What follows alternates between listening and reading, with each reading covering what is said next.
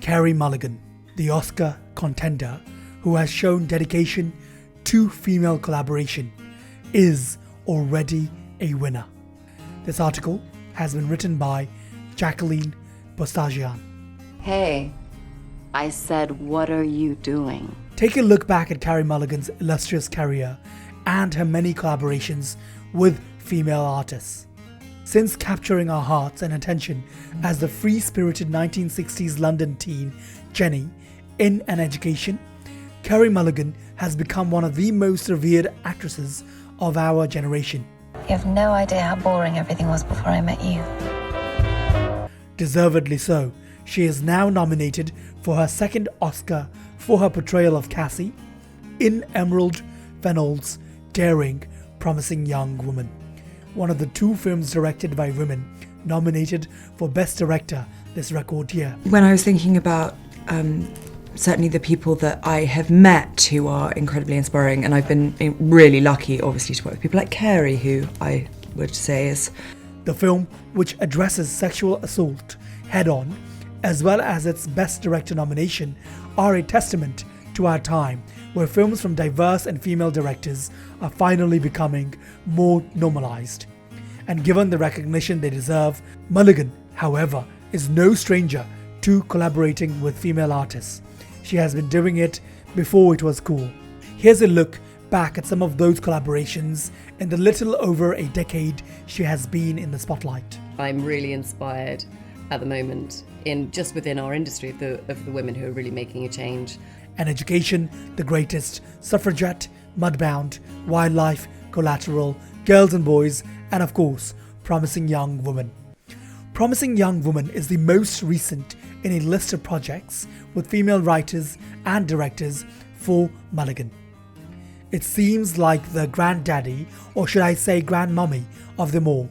A film written and directed by a female director who will likely become an auteur.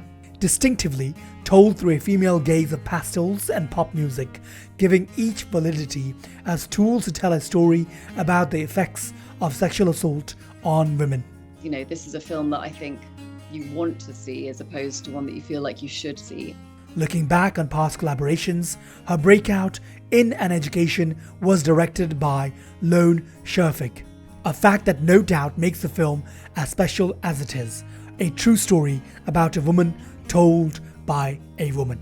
It just so happened that they did at some point, and I got a chance to try and explain how I thought that film should look. Shortly after An Education, Mulligan starred in The Greatest, written and directed by Shayna Fest. He always kicks when he hears your voice. I'm fine. Please.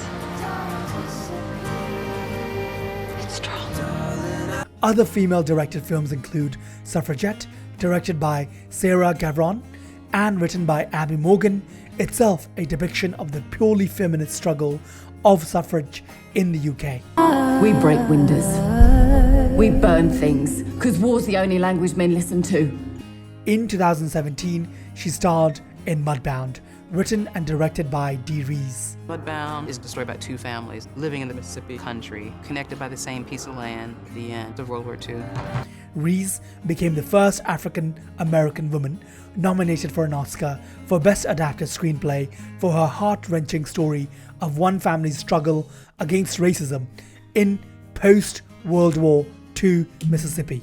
Paul Dano's 2018 directorial debut Wildlife was co-written by Zoe Kazan. It became what many critics saw as Mulligan's best performance as a 1960s housewife who adapts to a new normal when her husband leaves the family to fight wildfires. I think your father has a woman out here. He wouldn't do that. No? Why do you think men do things? Also in 2018, she starred in Collateral, a Netflix miniseries where she wore a hat she had not before, and played a police officer investigating the strange circumstances surrounding an apparently random homicide. All 4 episodes of the series were directed and produced by S.J. Clarkson. We're gonna have to trade, you and I. You're gambling, kid. These are people's lives. After Collateral, Mulligan made a return to the stage in the one-woman show Girls and Boys on Broadway, directed by Lindsay Turner. The story of a working mother describing the disillusionment of a marriage. Girls and Boys is a monologue, and it's basically a woman telling the story of her life and telling the story of how she met her husband. I mean, it starts off pretty much like a love story. Choices: Mulligan's characters are authentic to the female experience. Not only does Carey Mulligan consistently work with female collaborators, but her choices of roles reflect an actress who does not want to portray women as ideals, but as living, breathing, flawed humans. I barely knew him. In An Education, Jenny's naivety leads her to almost ruin her life. We love her and at the same time want to shake her to snap out of it. She gave a funny and wonderful performance as Jean, a frustrated folk singer who has an affair with her husband's best friend and is unsure who the father of her unborn child is, in the wildly underrated Coen Brothers tragicomedy Inside Llewyn Davis. Because everything you touch turns to shit! Like King Midas's idiot brother. Well, okay. Wildlife is an unflinching objective look at a family slowly self-destructing, and Mulligan's Jeanette, what's with the similarity between all these characters' names, is a mother who discovers that she wants to be more than that. In Steve McQueen's Shame, she plays a young woman with borderline personality disorder and leads the film's tragic climax. In old New York. She has never played an angel, and she has no intention to. Instead, she uses a charm to hide each character's secrets and darknesses, eventually revealing it with care. I'm glad it's a girl. And I hope she'll be a fool. That's the best thing a girl in this world can be. It's no coincidence that Daisy in The Great Gatsby is one of literature's greatest examples of a woman idealized by a man, so much so that it leads to tragedy.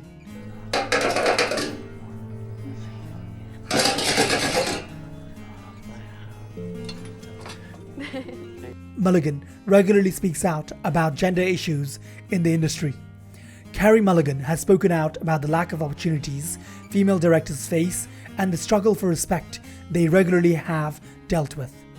She has also been blunt about the kinds of ridiculous questions she gets asked by male members of the press and has defended the realistic roles she plays.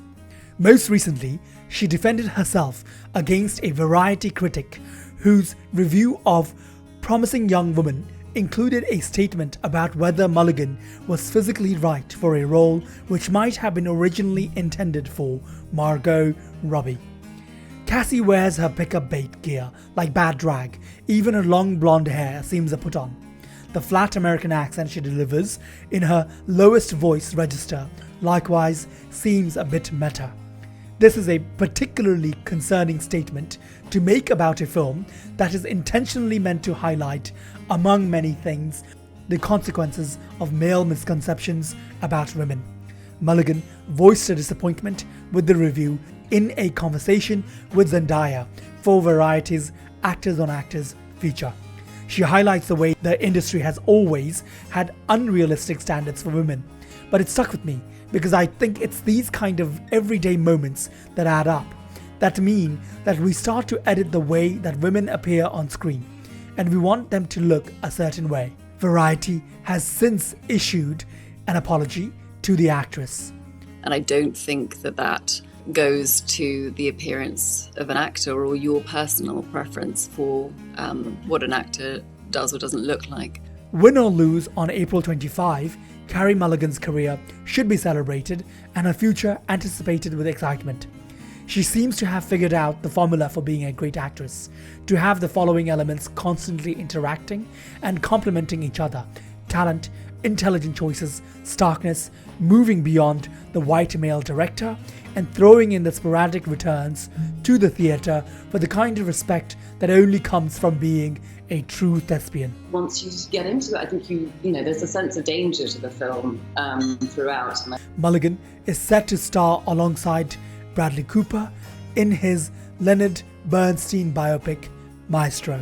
The film is expected to be released in late 2021. And for this film that, you know, was made in 23 days, you know, it's just, we never imagined ourselves getting to this point. Now I'm just very excited to go to this ceremony.